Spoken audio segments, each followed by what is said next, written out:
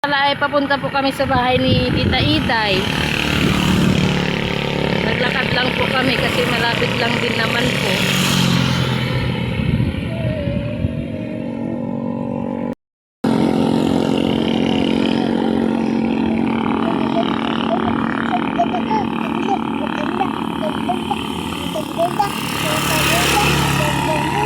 Ano yun sinasabi mo?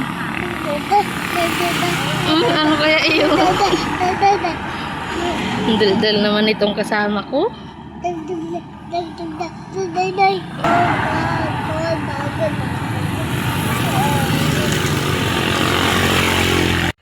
At malapit na po pala kami sa bahay ni Tita Iday. Isa mo maglakad, be. Malapit na tayo.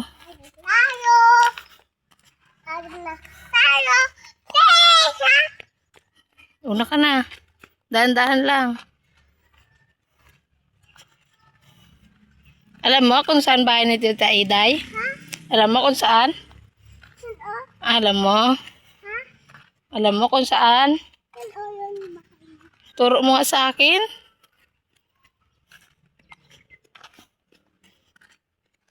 Kabisado na po ni Joanna yung bahay ni Tita Iday. Dahan-dahan lang at mabato.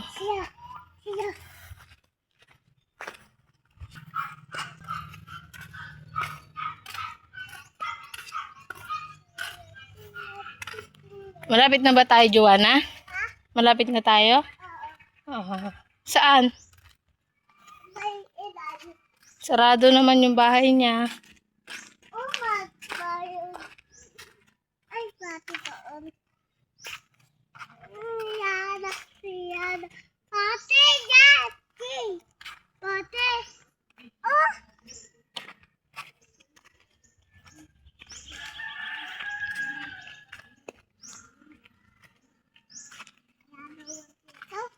Sarado naman.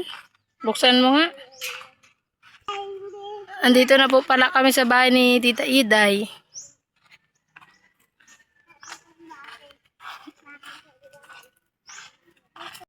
Dito po pala ay naglalaro po si Joanna at Teo. Teo.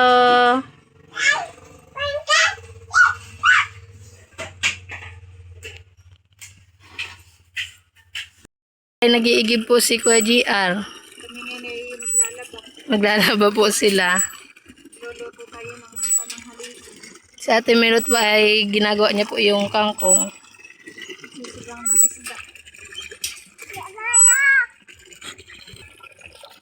At ako po muna yung nagbabantay kay Teo. Hindi naman nila basta-basta matutulak kaya magalit kami. Tapos parang nakabaon sa lupa yung Joanna, dito ka na.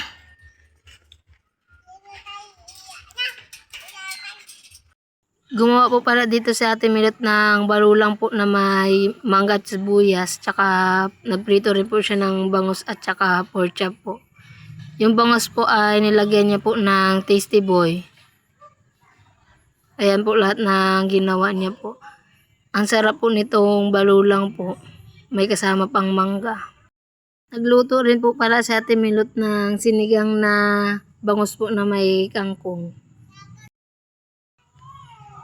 Nagluto rin po pala dito si Kuya Bal ng tahong po na ginisa po. Po pala lahat ng niluto po ni Ate Milot at ni Kuya Bal. Kain na po tayo. kain na. Ayan po, kain na po tayo. Kain po. Kain po tayo. Hirap Diyan kain na rin kayo. May bata. Makulit. Makulit pa ang bata. Wala na. Hindi na nakakain. Ayaw mo na kumain ka na. Kain din. Ayaw mo? Pwede pang ulam ay. Pauwi na din po pala kami at nagbatid na lang din po kami sa Kuya GR po.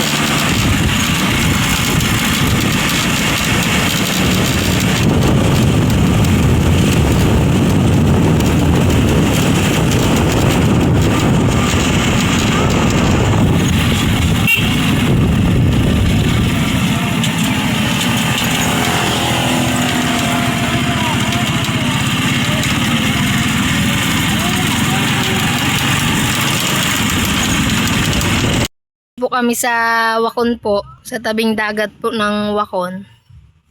Maglalakad-lakad lang po kami.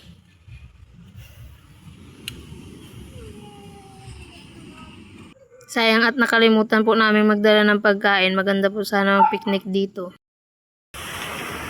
Marami po palang resort dito sa Wakon po.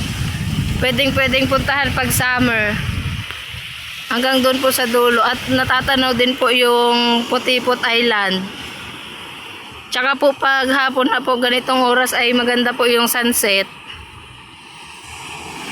Hanggang doon po sa kabila ay resort pa din po.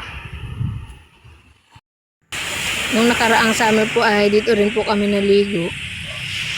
Marami pong tao, halos po mapuno po yung mga resort.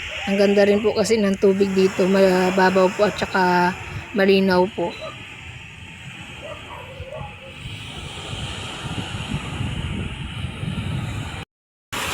Ang ganda po sana ng tubig, sarap po sanang maligo. Kaso lang po ay baka po lamigin si Joanna. Kaya po nagpasyal-pasyal na lang po kami, naglakad-lakad na lang po. Madami-dami din pong naliligo dun sa kabila.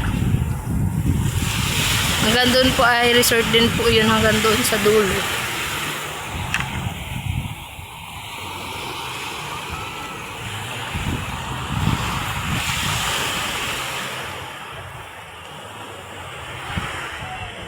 Ayan po si Joanna at saka si Jonathan. Gusto pa po sanang maglaro kaso uwi na po kami at baka abutin po kami ng gabi.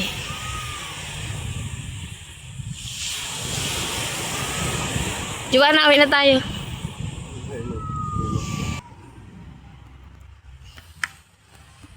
Uwi na po kami kasi po paggabi na din po.